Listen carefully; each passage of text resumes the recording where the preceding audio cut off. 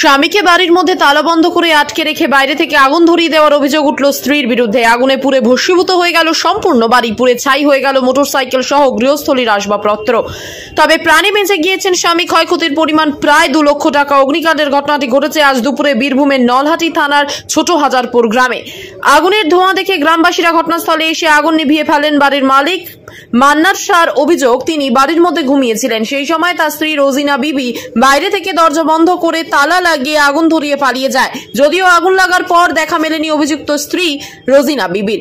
এই অগ্নিকাণ্ডের খবর পেয়ে রামপুরহাট থেকে ঘটনাস্থলে পৌঁছয় দমকলের একটি ইঞ্জিন। খবর পেয়ে ঘটনাস্থলে পৌঁছয় নলহাটি থানার একটি পুলিশ। আপনারা দেখছেন মুর্শিদাবাদ কারেন্ট নিউজ।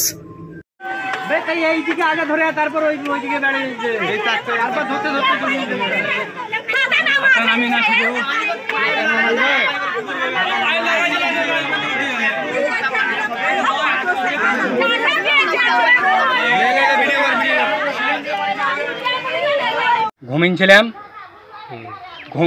ঘুমের গাধা বাহির থেকে আগুন লাগেন, আমাকে তালা কুলুম মেরে পালাইছে দড়ি। আচ্ছা, ঠিক আছে। ছেলেপিলাকে আমি শুনছি, ছেলেপিলে কারেন্টের তার ধরিয়েছে। এদিকে হাতা নামি নিলাম। আচ্ছা, এদিকে পানি গোটা গান লোককে ডাকছি, গো লিভাও পানি। আমার বউতে আগুন লাগিন চলে গেল। এরকম কাজ করা উচিত ছিল না। হাটা বাজার সবই এনে দিলাম। আচ্ছা, তোমার নামটা কি বলো? মান্নার শাহ। আর তোমার স্ত্রীর নামটা? রোজিনা। রোজিনা। বাড়ি মানে মেয়েটার বাড়ি কোথায়? বাড়ি হচ্ছে বিধপাড়া। বিধপাড়া, ঠিক আছে। আচ্ছা, তোমার বাবার নাম কি? উদু শাহ। ঠিক আছে। গ্রামের নাম কি? ছোট হাজারপুর।